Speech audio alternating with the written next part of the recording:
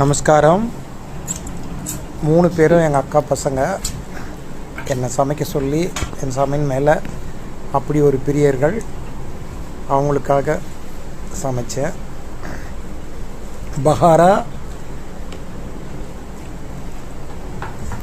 கறி ரொம்ப விரும்பி சாப்பிட்டாங்க. எனக்கு மற்றற்ற மகிழ்ச்சி.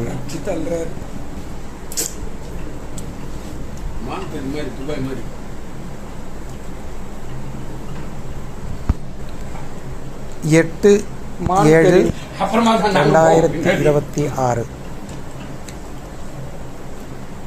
ரொம்பவும் விரும்பி சாப்பிட்டார்கள். சமைச்ச சாப்பாடு இந்த மாதிரி சாப்பிடணும்.